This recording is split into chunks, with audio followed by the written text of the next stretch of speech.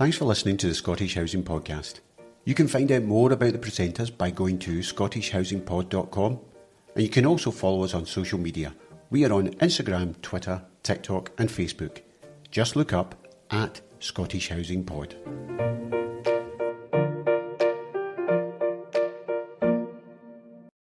So we are joined today, unfortunately my partner in crime for the podcast team, myself, can't make it today. So we are joined today by Niall of the Glasgow City Heritage Trust. And what I will do, Niall, is I will do what we do with all our guests. I can go on and give a bad potted history of who you are and what your organisation is.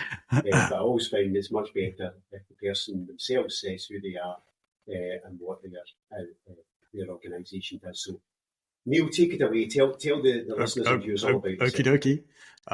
Right, okay. Well, we've Glasgow City Heritage Trust. It's one of a whole range of city heritage trusts that cover Scotland. We're actually the youngest of them. So we were established in 2007 as a kind of conservation body covering the whole of the city of Glasgow. So we've been in existence for about 17 years now. And over that time, we've invested roughly about just over £13 million, repairing something like 590 odd buildings around the city. So it's historic buildings, so we can repair things that are A, B, C listed or in a conservation area. One of the city's I think there are 26 conservation areas at the moment. We also help fund traditional skills training around the city as well. So we put roughly about £30,000 every year into that. And we also do various exhibitions and community outreach as well. So we've put in about £550,000 over the last 17 years into kind of various exhibitions, publications, things like that around the city.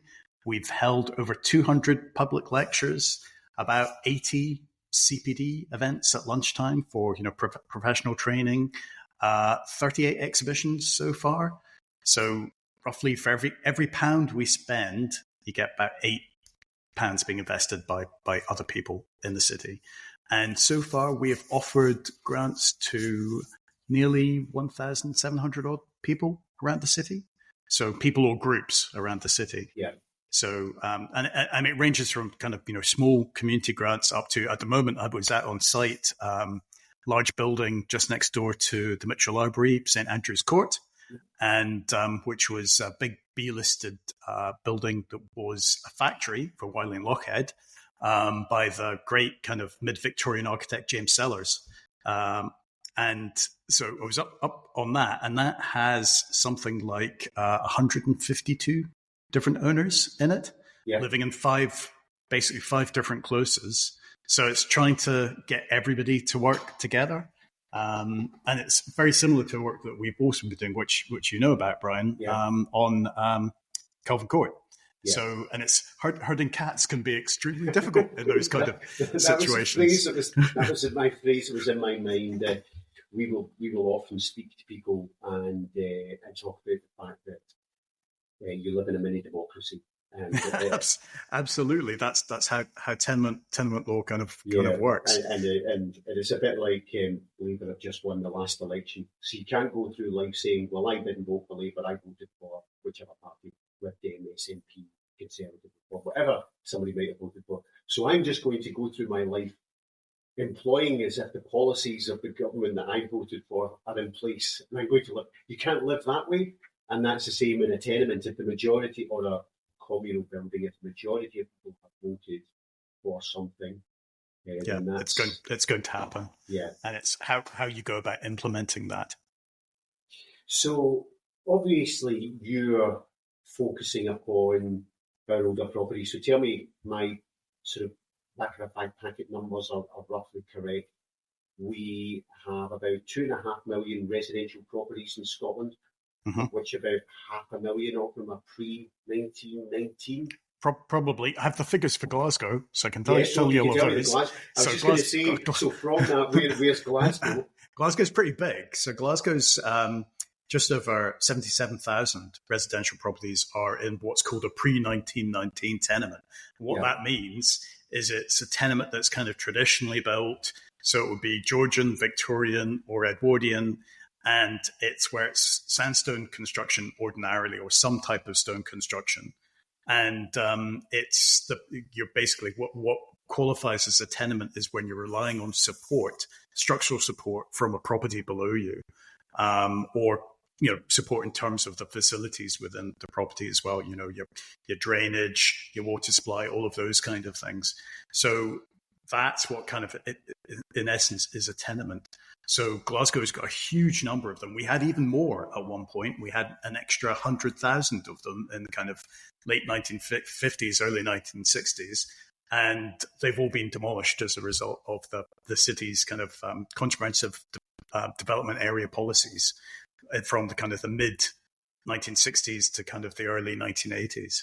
So a lot of them have been cleared away, but there's still a core of very good ones that still survive. There is a dilemma. So I speak to lots of people who are around my age, and there was that period 40 years ago when grant funding was rolled out to uplift our tenemental stock.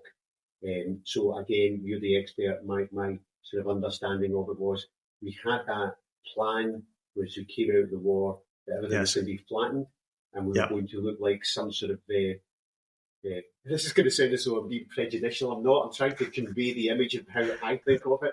Some sort of a town plan that Hitler or Mussolini might have come up with in terms of the dynamic of it. Yeah, like wide avenues and lots of square blocks. That's right. The Bruce Plan, which was after the Second World War. Well, during the Second World War, a lot of planners were seeing what was happening as an opportunity to kind of replan cities and impose a new order on cities. And the government at the time asked all of the UK's kind of major cities to come forward with a plan for what they wanted to do with their city in the post-war era. And Glasgow's one was the shortest. I think it was either 28 or 29 pages. And it was by this guy called, ironically, Robert Bruce. And he was the city engineer. And it's very well illustrated. But basically, the proposal was for the entire demolition of the city centre and starting again. And it was very it's kind of a cross between the World's Fair, sort of New York World's Fair, and where you would get with kind of Stalinist architecture. So Buchanan Street was meant to become kind of this kind of series of rows of kind of, 20, 30-story tower blocks marching up and down the street. And Central Station was going to be demolished and shifted to the south of the river. And there was going to be another grand station to kind of the north of the city centre. Everything was to go, the city chambers, the Glasgow School of Art, everything was to be bulldozed and started again. And it was this very kind of utopian vision of what a city could be. Unfortunately, would probably not intersect terribly well with reality, but it really was World's Fair in its kind of whole kind of the glamour of it. He actually invented, as part of this, and you can see this in the illustrations, what was later became known, because it appears in the James Bond film, what's the one where they're in Japan and it's Smercer and the volcano. Sorry? You only live twice. You only live twice. Where you got the mini helicopters, the gyroscopters. Yeah. He invented the gyroscopter for this. So, which is total World's Fair and kind of aesthetic. So everyone was supposed to have their own little mini gyroscopter to kind of get around the city. It's all a little bit bonkers. And he'd worked out, because this was all geared to cars as well. So he'd worked out these kind of great multi-level roundabouts, which would actually have kind of service facilities in them. So it went into quite a bit of detail, but it was only 29 pages long. So it was by far the briefest of all the kind of visionary plans for the kind of UK cities. And the scary thing is they started to implement it. Yeah. And so that was where things like the comprehensive development area policies came from, and looking at things like the M8, because the M8, particularly how it kind of carves through the western city centre, Charing Cross, and then down to the Clyde and over, and then cuts through Tradeston and Kinning Park. That was only ever half of what was meant to be built. And that was the smaller half of what was meant to be built. There was supposed to be an even wider road that was coming down past the cathedral, and then over what's always referred to as the College Goods Yard, where the University of Glasgow was originally based, and then kind of jumped over Glasgow Green, in a huge kind of express elevated expressway with this huge bridge that was even bigger than the Kingston Bridge, which was big cable stayed thing, which had this huge mast that kind of cut up through it, and I think was meant to have a kind of restaurant on top of it. And then that swept through the Gorbals. And so all the huge tower blocks that were built in the Gorbals, they were all in kind of a direct response to the scale of that. So, and there's the Scottish Motorway Network archive are really good at kind of, they got all these fantastic images of it because they really thought the whole thing through. And I'm not a particular fan of the M8, but when you see the rigor that went into thinking behind it, it is quite interesting. And they sent delegations all over the world. So Pittsburgh, New York, LA, to kind of, bring back to Glasgow that this was going to be the future. And when you think about it, it's such a weird thing to do because like Glasgow in terms of motor car ownership was really low because it was such a dense city. Why would you suddenly want to do this? It's still very low. I suppose, again, not to say as though I'm comparing Robert Bruce with Adolf Hitler here, but famously, Germany had the lowest car ownership. When Hitler came across Europe, when Hitler came to power, they started building all these autobahns for cars that people didn't own. So maybe it was just there was a group of people out there around that time who had this vision that suddenly Hitler's Volkswagen, the people's car, was just going to be the thing. That we were all just going to somehow. I think so. I mean, it was very, very American driven, and Henry Ford. A lot of when you look at what happened in the United States and that pattern repeats here, I mean, Glasgow is a very American city and has real precedence in kind of terms of links between the United States and Glasgow and Scotland. And when you look at what's happening over there, you can see all of that being eventually repeated here. But there's usually a drag on it, so for about a quarter of a century. But it does happen. So there was all of these visions throughout the 1930s, which are very much associated with things like the World's Fair, visions of the future and what you could do, and how the car would influence that. And that all begins to feed through after the Second World War. It's Eisenhower in particular really pushes that in the United States, and you get the kind of the expressway network, which was meant to be built between cities but not through cities. But then eventually got forced through the cities as well. So it's very complicated, and a lot of it is to do with what was called redlining as well, which was where you got areas which you couldn't get a mortgage for them, and that was particularly associated with kind of segregationist policies as well. So a lot of it, which is quite uncomfortable when you look at it. And particularly Pittsburgh's quite interesting because having gone to Pittsburgh, and they had this fabulous neighborhood, which was very African-American and one of the major sources for jazz, which was completely wiped out for an expressway and for building their SEC equivalent. Yeah. And you look at this incredible neighborhood that disappeared, and it's like you're looking at somewhere like the Gorbals. And it's fascinating to kind of look at things like that. But that was the idea, that these parts of the city were seen as slums. They were seen as unhealthy to the rest of the city, and it was better to start again from scratch. Very much a sort of a top-down, we know what's best for you sort of absolutely. Attitude. Yeah. Yes. I knew some of that stuff, and obviously you can see that. You can see that in Glasgow. You can see. Forgive me if I'm wrong, but you can see that sort of, it's very grating in parts of Glasgow where that sort of 1950s, 1960s architecture is butted right up against the pre-1919 properties. And you can see that that's an area where they've started in the city, started moving out, and it's just come to a juddering halt. Yeah. So what I was going to say is my understanding of all of this was in sort of my earliest memories in the sort of 70s, early 70s. I can still remember some of those tenemental properties.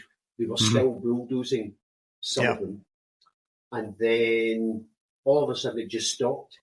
Yeah. And then the next phase of thing that I have a memory of happening is the sort of 1980s. And the refurbishment of the tenemental stock. Yeah, that's right. Yes. Glasgow.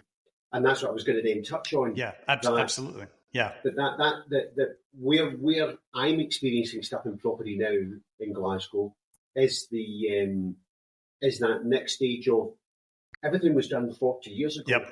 Yes. And all that stuff 40 years ago is coming to the end of its working life. I agree that this is actually, I kind of sometimes joke about this, that is actually a lot of our work is undoing bad conservation repairs from the 1980s. And unfortunately, because it was all done with, it was done with kind of the best of intentions, but they didn't necessarily know what they were doing back then. Yeah. And we've learned a lot more since then about what the correct things are to do. Things like using linostone. So linostone always makes me laugh because it was this kind of great Glasgow product where you basically smeared your building with glue and then flung sand at it to make it look like it had been stone cleaned. Uh-huh. But then you would get these phone calls when I started in Glasgow City Heritage Trust. You get these phone calls saying, "You help, the stone on my building is melting." And it's not. It's just the glue's finally kind of given up the ghost, and the adhesive has kind of failed. And you get these great sagging bits of kind of sandy stuff kind of falling off your building. But things like that, it means that the stone can't breathe properly.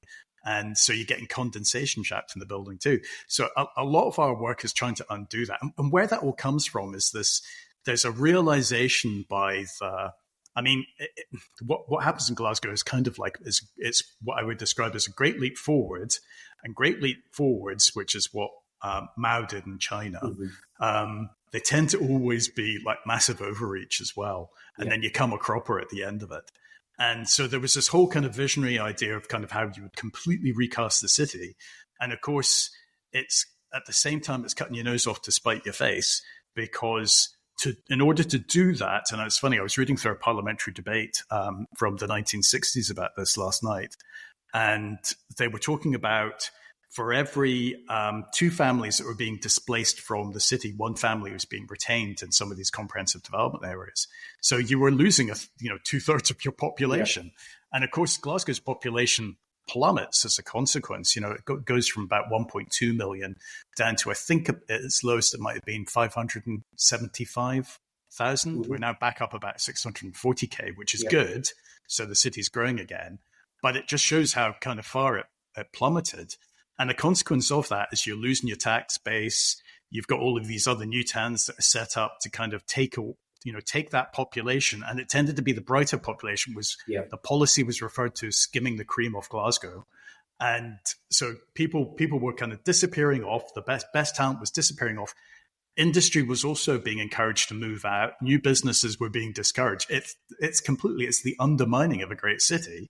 But at the same time, some of the people who were affected by this were beginning to realize that, there was a waiting list to get a new property somewhere that they wanted to move to. And until then, they still wanted to have all of the mod cons that everybody else had. So they wanted to have things like an internal toilet, etc. And that was where, this is with Raymond Young Assist Architects and Annie's Loo, which is on Lewis Street, which is just right next door to what's now BAE Systems in Govan. Right. And that was where Annie, and I can't remember her surname, was realized that she wasn't going to be rehomed for another 15 years, and she wanted an internal toilet, and she was able to persuade her neighbors to go for this too. And she got the first kind of internal toilet retrofitted into what would have been quite ordinary kind of working class tenements. And that caused a sensation in Glasgow that suddenly you could get the amenities you were looking for, but you didn't have to bulldoze the buildings. Mm-hmm. And that caused a complete rethink in how things were going forward. And there was also, there was a generational shift, and there was a realization that actually the tenemental type of city that you got in Europe and in certain parts, particularly in like New York, was actually quite a desirable way to live, and actually made very strong, cohesive communities. And so there's a whole kind of backlash against this, and the tenement was rediscovered.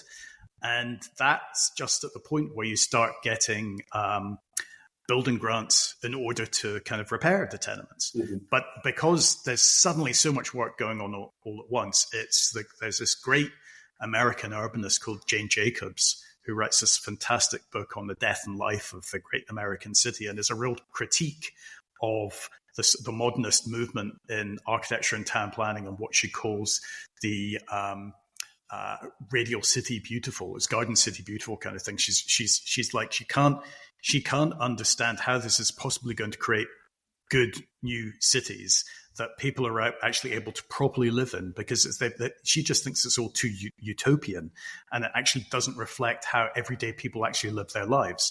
And so she had a whole critique of this, and she referred to what was going on with these cities and these kind of huge regeneration schemes as being cataclysmic money, when too much money is flung at a problem at once, and it doesn't give time for kind of properly thought out solutions to bed in, because you're constantly experimenting, but you don't know if it's going to work.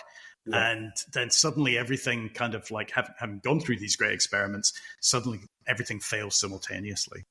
And which is effectively what we had with a lot of these, when you're looking at things like the Hutchison E blocks, which were called the Dampies. And you're taking a construction system that was geared for Marseille and kind of Mediterranean climate, and you're trying to get it to work in the Gorbals. Good luck with that, you know. And it just ended up being like one huge coal bridge and massive amounts of damp inside them. So that was the kind of thing that they were kind of reacting against, and then saying actually what we've got in terms of the tenements actually pretty well built. It's Glasgow's tragedy. Having lived in Berlin, I lived in a 6-story tenement in Berlin. Built roughly the same time, kind of the 1890s to 1910 is the kind of the really great age of tenement construction in Glasgow. And that's when Glasgow's Dean of Guild, who were in charge of kind of the building standards in the city, were at the top of their game. And the standards were so high in Glasgow that it actually was more expensive to build in Glasgow than it was like down in London, because what they were looking for in terms of tenement construction was pretty high. And you look at the stuff that they're building up in Berlin at the time, where you've got like, that's a 6-story tenement to the front of the street. Then you've got a courtyard at the back of that, tenements inside the courtyard, then another courtyard beyond that. And it was completely stratified. So it was the posher people lived in the actual street edge. And then as you got further back, the poorer you got. But the stair that I had to get up to my flat in Berlin was a rickety wooden stair. This is like mid 1890s, rickety wooden stair. And I used to walk down this thinking, A, how'd you get a piece of furniture up it? B, if that went on fire, how'd you get out? Mm-hmm. And much, much denser than Glasgow tenements. And yet you come over here and you see like Wally Closes and the kind of the quality of construction, and everything's been thought through in kind of terms of hygiene and cleanliness. Actually, we were building to a really high standard, and maybe we should have been better at kind of maintaining the buildings rather than just bulldozing them. Yeah, and on that point, very occasionally I'll remember to do this, and every time I remember to do it, I'll then say to other people to do it. When you walk through Glasgow, walk looking up. Yeah. Because some of the architecture at the top of some of the most ordinary buildings, it's just incredible. As you say, the level of detail that they put into a row of bog standard tenements sometimes. Yeah, it's just fantastic. Absolutely. I was taking, this was like back in June, I got asked to take a European delegation who were over here looking at kind of, it was a kind of a cluster of cities that were all trying to look at built heritage issues, and were trying to work with each other. And that was their kind of first visit as a delegation. And Glasgow was the city that they were coming to. And so these were people from all over Europe, and quite a few were from Eastern Europe and the Baltic states. And that was, seeing their reaction to Glasgow was really interesting, because obviously we're aware of kind of a lot of Glasgow's problems, because we kind of, we're submerged in them kind of every day. Yeah. But they were like, oh my God, your city is so wealthy. It's so beautiful. All these like handsome stone buildings. How could you afford it? And I'm like, well, we're not really a wealthy city anymore, but we were once. We were one of the, we were a really wealthy city. And I mean, it's funny. It's like Campbelltown away down the Firth of Clyde, which is a great, if you've never been, it's actually a cracking wee town. That was at one point, I believe, in kind of the early 1900s, the wealthiest place on the planet, because it was all the whiskey. And you got these various kind of captains of industry, and they could get an overnight ferry they would like leave their families in Campbelltown. They get an overnight ferry back up to Glasgow, which had all your kind of facilities for a businessman on it. So you get your shave, your haircut, your suit pressed, all of that kind of thing. And then you sail into Glasgow, having had your nice overnight sail up the river, and you can go about your business. So it all been kind of, properly thought through and worked through. It was a real proper metropolis, And we've sort of, as we've touched on, sort of smashed that up a bit, then tried to hang on to it in the 80s. And then, as I reached that age group, being a first-time buyer, tenemental stock had by this time become the thing that everybody wanted to live in. Everybody wanted to own in a tenement, which then gets on to the challenge of maintaining that tenemental stock, because it's moved to being a large chunk of it is first-time buyers or buy-to-let landlords. Seem to be the large element of it. And as I'll say to some of the contractors, the contractor we deal with, always going on about the need to have a complete refurb of the tenement. It's due its complete makeover. Yep. And I'll always point out there's probably at least 2 people in that building who are thinking of moving in the next 18 months and don't want to spend a lot of money. Yep. And there's probably at least 1 or 2 people who've moved in the last 18 months who've mortgaged themselves up here and on. And went have the money to do it. And the money to do it. So you're looking at every tenement that half the people don't have the funds. And so, obviously, listeners to this will know that I have a factoring business and we look after tenemental stock. And one of our challenges that I perceive is we've now, since that big refurb of the 40 years ago, despite some of the issues you talked about the melting glue, all of that's come to, in those last 40 years, everything, so many of the tenements have had patch repairs have happened to them in the intervening period. Yep. And they're now sort of starting to get beyond the point of where they can get patch repairs. And it must frustrate you at the Glasgow City Heritage Trust, where you see some fantastic buildings that have not been maintained. Yeah. But of course, you can't help everybody. I know. I mean, our budget is tiny compared to the scale of the problem. We work together with Glasgow City Council, have a private sector housing team who also offer a grants program too, and they have more money than we do, but we tend to focus more on the heritage side of things, whereas they focus more on kind of typical Glasgow tenements. But even between the two of us, I sat down and worked out if you had to repair all of Glasgow's tenements, bring them up to kind of, proper standard. This is before you even get around to looking at issues like how do you retrofit tenements to get to net zero or anything like that, which is a whole other problem, just to kind of bring them back into a proper wind and watertight state where you could start doing stuff like that.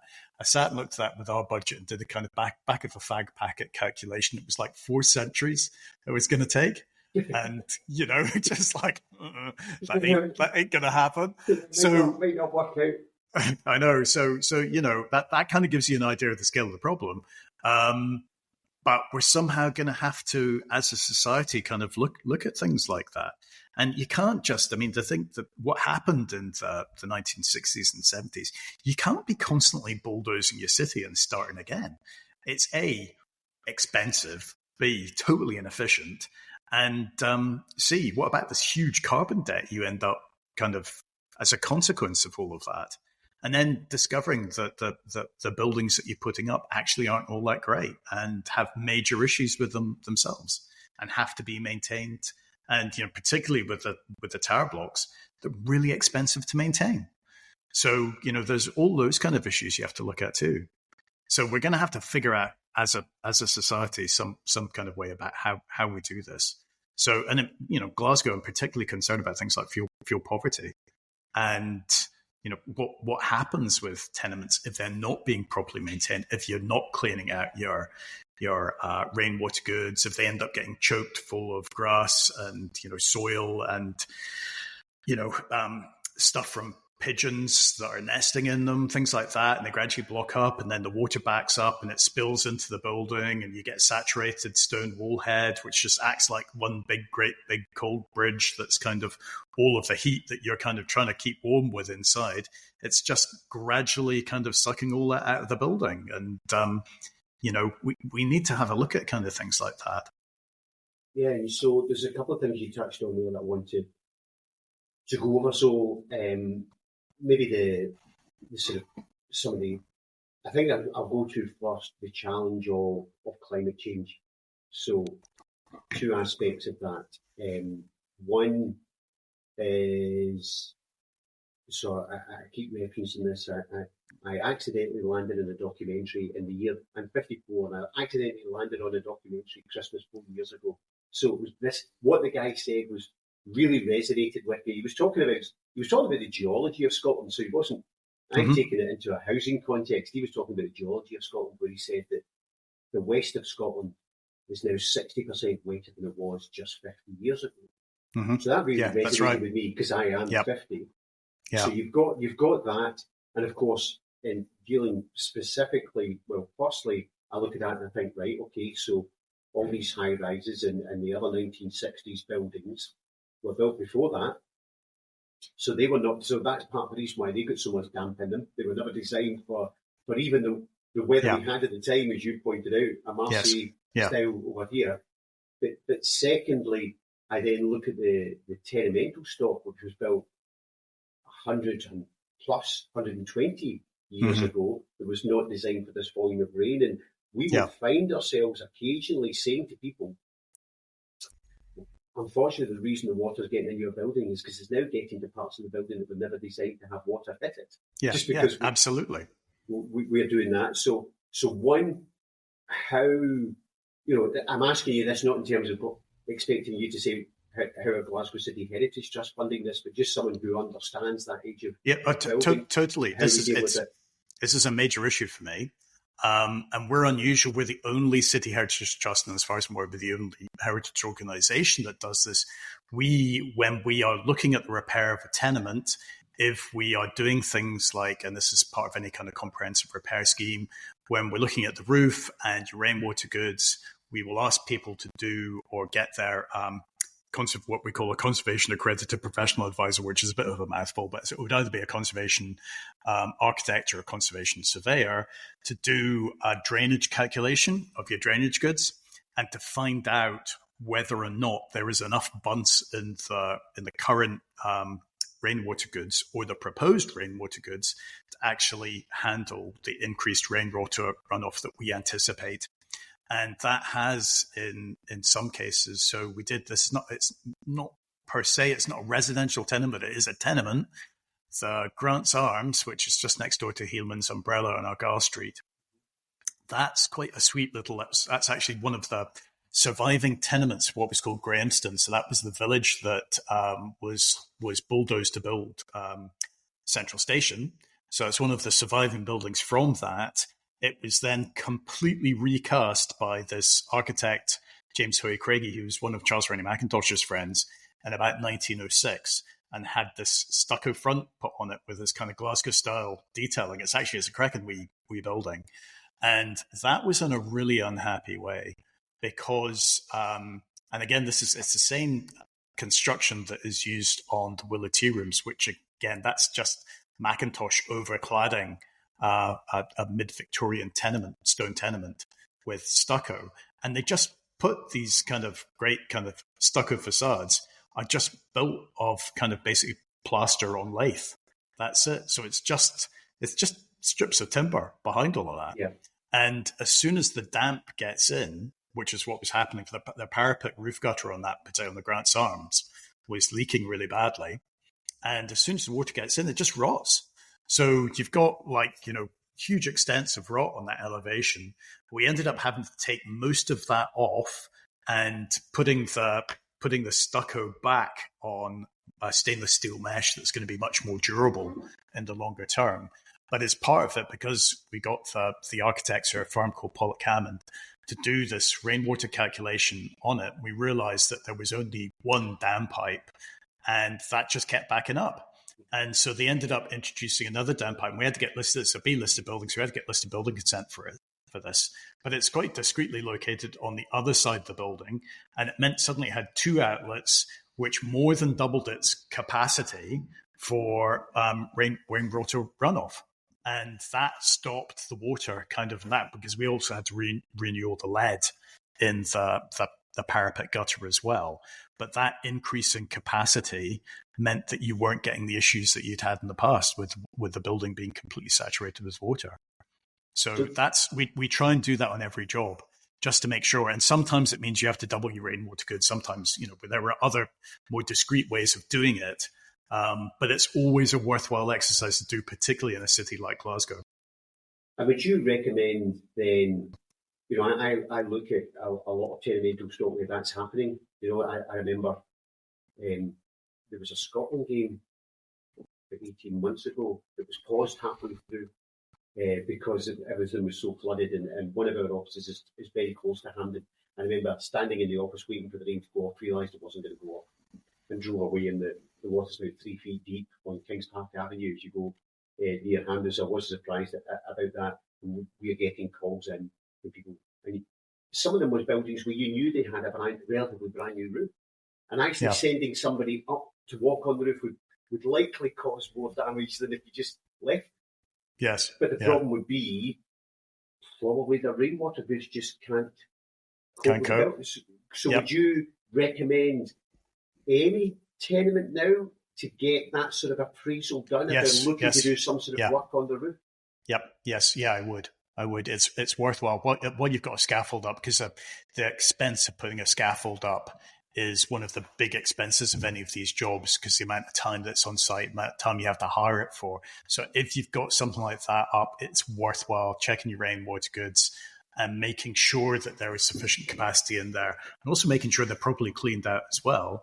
For instance, we had another tenement out in Showlands on Pollokshields Road, Campbell Gate, which is a great, again, B-listed tenement. It's by this architect, John Nesbitt, who is a great kind of Glasgow-style tenement architect. And it's a really interesting and quite an unusual tenement because it was built in front of a bakery, and therefore it had to be fireproof. So even though it looks like a traditional red sandstone tenement, it's in fact, the stone is so it's got a stone facade, and then behind that, the floors and the walls are all actually made of concrete. And so it was really interesting because, again, it benefited from a whole load of, I think it was 95% grant funded repairs, which you would never get nowadays in the mid 1980s. But they took off the original Victorian rainwater, big, huge cast iron rainwater goods, and put these toothy wee aluminium kind of square section rainwater goods, and they just couldn't cope with the rainfall runoff from that. It has a big flat roof over the top of it because there was nowhere to put a drying green because the bakery was at the back of the building. Yeah. So it had to go on top of the building. And the rainfall runoff from that would end up cascading down the front of the building and into the flats behind because they had nowhere else to go because these toothy wee gutters just couldn't cope with it. And so that was one of the things we did. Again, had to replace all of those and go back to the original gauge of kind of Victorian cast iron gutters on the building, and that solved the problem. So the other aspect, I think, I live in a sandstone semi-detached property, and obviously the goal is to move the energy efficiency rating on EPCs up to And I looked. One of my neighbours sold a few years ago, so I looked at their EPC because I thought their home's very similar to mine, and they were they could, if they did a whole raft of measures, they could just move from a D to a C. Yeah, yes, it's kind of depressing. Yep. and I thought, right, okay. So there's two things that crossed my mind, and this is, I'm someone who, when you manage property, you become very aware of the change of environment, the amount of rain that's coming down. So you are conscious of it, of the climate changing. But I'm looking at it and thinking, right, the amount of work you're going to have to do to move this, and it's only just moving from just being just under a C into just over being a C. It's a marginal move. Yes. But the cost involved in doing that marginal move Yeah, one thing it's that struck me was considerable. Yeah. that outlay cost, because it was then, and how long it will take you to get a repayment, a bit like the 4 centuries thing. It was about 150 years before you get your money back. And I thought, one, that's not an incentive for someone, but two, if roughly pounds, shillings and pence has a rough equation across to the carbon cost of doing that work, in terms of having tradesmen coming to and from the house and the lorries going to, there was a part of me wondered, is it really worthwhile making that marginal change if it's going to take 150 years financially to repay it? It would surely be reasonable to say, in terms of carbon offsetting, it will take about 100 years to work that out. But it was also the things that it was recommending to do to get that tipping across into the sea. So one of my questions to you is the whole report, the EPC, the November report, fit for purpose vehicle for people to use? Because I'm looking at a house where 1.5 streets away is where the conservation area starts near me. So I'm not in it. But if I lived literally a 90-second walk away, I would be. And its recommendations were either external or internal cladding. Brilliant. External cladding on a property built in 1870. Imagine. Internal cladding, well, I'm going to have to rip out all my corners to put this internal cladding in that you're recommending.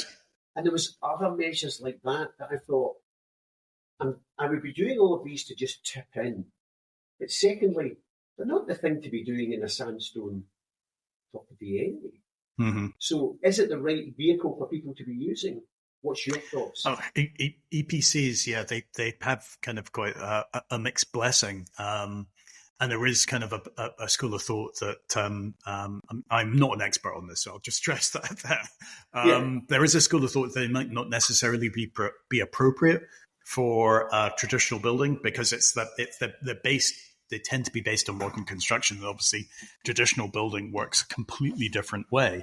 And so there is quite a bit of nuance to how you should really be measuring that in a traditional building.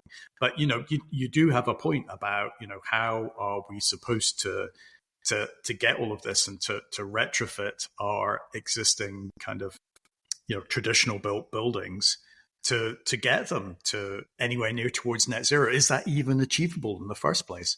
So there is a very interesting scheme that was done a couple of years ago for COP26 on Niddry Road in the south side of Glasgow, so just right next door to Queen's Park Station. So there's a tenement there, which it's John Gilbert Architects were the architects for it, and they are kind of environmental and sustainability specialists. And that was a really unusual situation because the entire tenement was owned by Southside Housing Association and it had been completely decanted. And so they were able to test various technologies in there, and they were basically trying to get passive house standard, which is, basically you're at net zero in a tenement. Could you do it via retrofitting a tenement? And they've not quite achieved it, but it was also the expense that went into that. But it's been a really interesting exercise in trying to get towards it. But the question is that actually scalable across the city? Could you achieve it? Because those are actually pretty small tenement flats. And I think they end up spending, there were two figures when they first were talking about this. It was like a figure of about 120K per flat. But it turned out that a big chunk of that was that the flats weren't in a good way anyway. And they had to completely refit their services, renew the kitchens and bathrooms, all of those kind of things. So part of that was towards those costs. But then the kind of costs in terms of retrofitting, I think worked out about 35K per flat, but it was like a 1-bedroom flat. So it's an awful lot of money. And because of how you do this, and this is where we have to be very careful as well, I'm wary of the idea that you could just refit a flat at a time. I don't think you can do that because you will then have, within the existing tenement fabric, you will have different rates of performance and thermal performance in particular. My worry is if you do start doing things like that and you really massively increase the insulation in one flat, but leave the other flat exactly as it is, that you will get areas of kind of condensation and damp appearing because you've got different rates of building performance between different parts of the building. and that could lead to worse problems. So you have to be really careful with the whole thing. So there was Glasgow City Council has what's called a retrofit action group, of which we are members, and that's very interesting. That's on its fourth meeting at the moment. So it's just started this year, and it's been very interesting attending that, because I just sit and listen to what people are saying, because I'm trying to take in what the various arguments are, because there are people who are way more expert than me at this. And it's really interesting that, you should try this approach, or maybe we should try another approach. There's whole debates about things like, air source heat pumps, or should we be going for what's called CHP, which is more centralized, but you could look at that on a block by block basis. And that may work better in Glasgow when you've got kind of Glasgow's tenements are kind of divided up into tenement blocks. Mm-hmm. And it could be that you end up having a kind of centralized heat plant for all of those blocks, which is something that was tried in places like Irvine when they were developing the new town in Irvine, and was then adapted in other places in Denmark, and then got shut down in places like Irvine, but they've kept on going on the continent, and they're proving really successful. But it would tie you into, basically you'd end up having to have the same energy supplier as all your neighbors. Uh-huh. And, that doesn't really work with neoliberal economics. So there's whole issues about that, about personal freedom and freedom of choice to do things as well. So it's real messy. And then the fracturing of ownerships and tenements were originally, there were pension vehicles or investment vehicles. And so tenements are actually built to rent. They weren't built for ownership. So, and that was something that, that was a sort of a Victorian financial product that extended up until about 1910. What happens in 1910 is you get David Lloyd George's People's Budget, and that puts an incremental tax on property speculation. Because tenements were property speculations, that kills tenement construction. It's not the First World War in Glasgow. It's that kills tenement construction. And then you have the rent strike during the First World War, which is a good thing. Mary Barber was absolutely correct in that. But the unintended consequence of that is it kills the then property factoring service. And because nobody's investing in their buildings thereafter, and they're not being maintained properly. And these buildings are really well built. And so you basically get from kind of 1910, start of the First World War, all the way through until the 1950s. So best part of 4 decades of our tenements not being looked after, with some of them falling into increasing disrepair. And then in the 1950s, the owners of these tenements decide that, got these massive repair bills, can't really afford it. Tell you what we'll do. We'll sell them off to all the people who rent them off us. And that was the point at which you fractured ownership. And now we somehow have to kind of put that genie back into the bottle again and work with this kind of fractured ownership. And, it was the point I said earlier about learning how to herd cats. And there's an art to it. And with some of them, with some tenements, you have to rely on a really good group of kind of core owners who are really determined to bring their building back into better condition, and are able to galvanize everybody else to do it. And if you don't have that kind of tenement champion in a project, you're always going to struggle. So it's about getting somebody who's prepared to push a project forward. And some of these people with Campbellgate, I ended up nominating them for Society of Protection for Ancient Buildings, which is a really kind of that's a Victorian society who kind of look out for kind of ancient buildings around the UK. And they had their first ever Much Loved Building Award, which was a national award. And it was Kevin MacLeod who was kind of giving this award. And so I managed to get I nominated Campbellgate, and I managed to get down to the last 4 across the whole of the UK. And they got beaten by a Suffolk barn, which I was a bit annoyed by. It's like tenant's far more interesting. Like, come on. Yes, come on. Yeah. But who cares about a Suffolk barn? No, who's interested in that kind of stuff? You want a good Glasgow tenement. Thank you very much. But that was it was a testament to just how great the owners were in kind of working with each other. And in that instance, that was 38 different owners. but it was still, that was still difficult to deal with. So I think the biggest we've had was the co-op building, and I think that was about 350 owners. And when did you do the co-op? Oh, that was a wee while back. That was about it's actually before I joined, though it was still on the go. So I had to inspect it when I did join, which is back in 2016. So so that was a wee while back. But I was going to say, because it doesn't seem that long ago in my mind. I can remember the sort of finalised bit of it, because if anybody goes over the Kingston Bridge, that co-op building is, as you're going north to south, it's just on the left-hand side, yes. to go over the river. If you're coming the other way, it's on your right-hand side, obviously. It's got a long history. I can remember when it was the co-op hypermarket. Yes, I know. Yeah, everyone talks about that. Yeah. But it doesn't seem... COVID always throws your mindset, but the reason I was asking about that is it doesn't, the end of it where the sort of whoever the lady is that's on the spire of it. Statue of Light and Life. Yeah.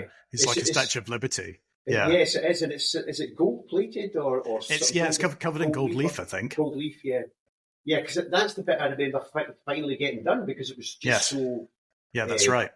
Shining when it was unveiled and out. Yeah. Yes, yeah. So that was originally... it was actually cast from cement, and so it was falling apart, and so that was where it initially had to be removed. So the one that's up there now, I think, is fiberglass copy. Right. So it's much lighter. Hopefully, last longer as well. But yeah, it's good to see something like that going back onto a building like that, because so much of that stuff has kind of been lost in Glasgow. So it's nice that it's still there. Absolutely, and I'm conscious of your time, so you sort of led me into the next natural question that anybody who's listened to 50 minutes and they're saying, right, I'm in a listed building, I'm in a conservation area. How do I get my hands on this money? So that's the obvious question now. I sort of try and always point out to people, it's private property. Yeah. Private owners own that property. You are effectively asking, I always say to people, move it away from a tenement. You live in a cul-de-sac. What you're effectively doing is knocking on the door of your neighbours and saying, I quite fancy a new roof. Can you chip in? That's effectively what you're doing whenever you ask for grant funding. Absolutely. You're asking the other residents of Glasgow in this instance to fund your property getting refurbished. So they're not going to be happening every 5 minutes. The counter argument people put to me is, but it's been made a grade 1, grade 2 listed building, or it's in a conservation area. So therefore, society believes that it's a really important building to be kept, so society should keep it. That's the counter argument people put to me. Yeah. So how do people get under your consideration? I'm not saying how do they get the money. Absolutely. How do you get under your consideration? Basically, how it works is we have an inquiry process, so you have to submit an inquiry to us. And before you do that, and again, if you check out our website, we have a whole grants page on our website with various drop-down menus from it. And within that, there's a document that sets out what we're looking for in any kind of project, and what is grant eligible cost, what isn't a grant eligible cost. And it will set out as well what our kind of scoring priorities are. So we'll be looking at things like, climate change, looking at things like, does this support traditional skills? Because we need good traditional skills to help repair all these buildings in the city. And it can be a good trade for young people to go into. So we're looking at things like that. And we're also, because you're asking for public monies, there's got to be a public good that comes out of it. So as part of that, we can only fund external repairs to the building. We can't fund anything internal that the public are not going to be able to appreciate. So it's got to be external only. But there's still an awful lot that can be covered in that. And then if there's anything that's interesting about your building. So for instance, going back to Camp Hill Gate, they had this whole history of the bakery who had set up the bakery, had that link to Queen's Park, which was directly opposite it. And they had a really rich and interesting kind of history of their building, which they were able to take people around it on Doors Open Day. Right. And they won an award for their Doors Open Day tours of the building. Mm-hmm. So it was things like that, encouraging people to do things like that. And so with the big building that I've just come from at St. Andrew's Court, because that was Wiley and Lochhead's factory, So they are doing a walking tour of department stores on Buchanan Street. So where the old Buchanan, where the old department stores was, because obviously Wiley Lockhead is now part of House of Fraser. Mm-hmm. So they're looking at things like that. They're doing other lectures on, it was the architect James Sellers he was responsible for things like the rear elevation, the west elevation of the Metro Library, which used to be St Andrew's Halls. So he's responsible for that, which is one of the finest neoclassical elevations, not just in Glasgow or Scotland, but kind of Western Europe. It's a real superb piece of work. And he was also responsible for things like the first international exposition in Kelvingrove Park. So he built one of the huge kind of halls for that, which they were only temporary, but it was a phenomenal building. So he's a really interesting architect. So there's going to be a lecture on him, there's a wee exhibition at the moment in the Mitchell Library on Wiley and Lockhead and who they worked with and kind of the furniture they produced, because Wiley and Lockhead are a really important firm. Mm-hmm, and they had a really long history and pedigree as well. So there's exhibition on that. So there's all these other things that could come out of it that we're interested in. And we also want to see things like that you're employing apprentices who are going to learn a skill. And we want to find out what their journey was when they were working on your project. What did they learn from it? How do they feel that they have moved on in terms of learning a skill while working on your project? So that's the kind of thing that we're trying to do. So any of our projects should have various spin-offs that come out of it to show to the public that their money's being wisely invested. And we look at each of these projects as well as a case study so that it becomes an educational tool. So people ask, well, why did you do that? Well, that's why, because, we're able to show Glaswegians, this is how you look after this particular type of building better. And these were all, you've got an exhibition out of it, a walking tour, a scaffold tour, so people can appreciate how the buildings are put together, all of those other things that come out of it. And that all comes out of the kind of the grant that we would offer anybody for a building. Great. I love talking about the history of property. You can't know where you're at and try and move forward if you don't know exactly where you came from. Exactly, and that applies to property as well as anything else. And anybody who's listening who's not from Glasgow, I'm sure this applies equally in Dundee and Edinburgh and Stirling. Yes, and very much. Aberdeen and Inverness and wherever. So, Neil Murphy, with that, I'll say thanks very much. Oh, thank you, Brian. It's been a pleasure talking to you. Thanks for listening to the Scottish Housing Podcast with Stephen Bassell and me, Brian Gilmore. To ensure you don't miss an episode, please follow us and subscribe wherever you pick up your podcasts. To find out more about the presenters, go to scottishhousingpod.com, and to get all the latest information about forthcoming guests and new episodes, follow us on social media at Scottish Housing Pod.